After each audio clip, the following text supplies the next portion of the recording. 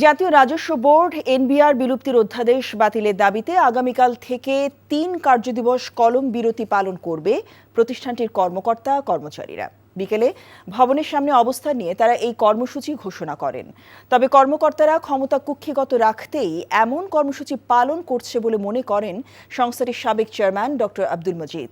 বলেন, এই অধ্যাদেশ বাস্তবায়নের মাধ্যমে দীর্ঘ প্রতীক্ষার অবসান হবে।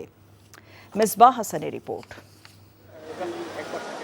সোমবার মধ্যরাতে জারিকৃত এনবিআর বিলুপ্তির অধ্যাদেশ বাতিলের দাবিতে এনবিআর সংস্কার ঐক্য পরিষদের ব্যানারে ভবনের সামনে অবস্থান নেন কর্মকর্তা কর্মচারীরা।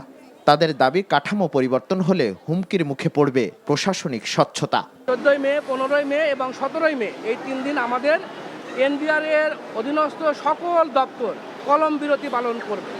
আন্তর্জাতিক যাত্রী সেবা, বাজেট এবং রপ্তানি এই 3টা কার্যক্রম চালু থাকবে, বাকি সকল কার্যক্রম এই কলম বিরতির আওতায় বন্ধ থাকবে। তবে এই নতুন অধ্যাদেশকে ইতিবাচক হিসেবে দেখছেন এনবিআর এর সাবেক চেয়ারম্যান।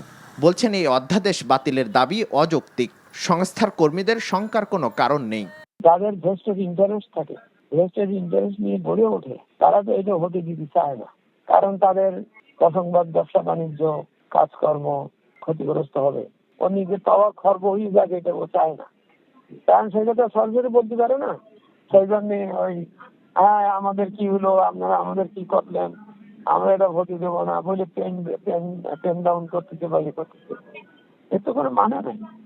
কর নীতি নির্ধারণ ও কর প্রশাসনকে আলাদা করে দক্ষতা বাড়ানো ও স্বার্থের সংঘাত কমানো এবং দেশের কর ভিত্তি বিস্তৃতি করার উদ্দেশ্যে এই সিদ্ধান্ত নেওয়া হয়েছে বলে জানান সংশ্লিষ্টরা। Mezbah Hasan, NTV news, Dhaka. Bundle থাকলে প্রতি সেনমানিতে টাকা বাঁচবে। বিকাশ সেনমানি বান্ডেল কিনে জিতুন প্রতি লেনদেনে।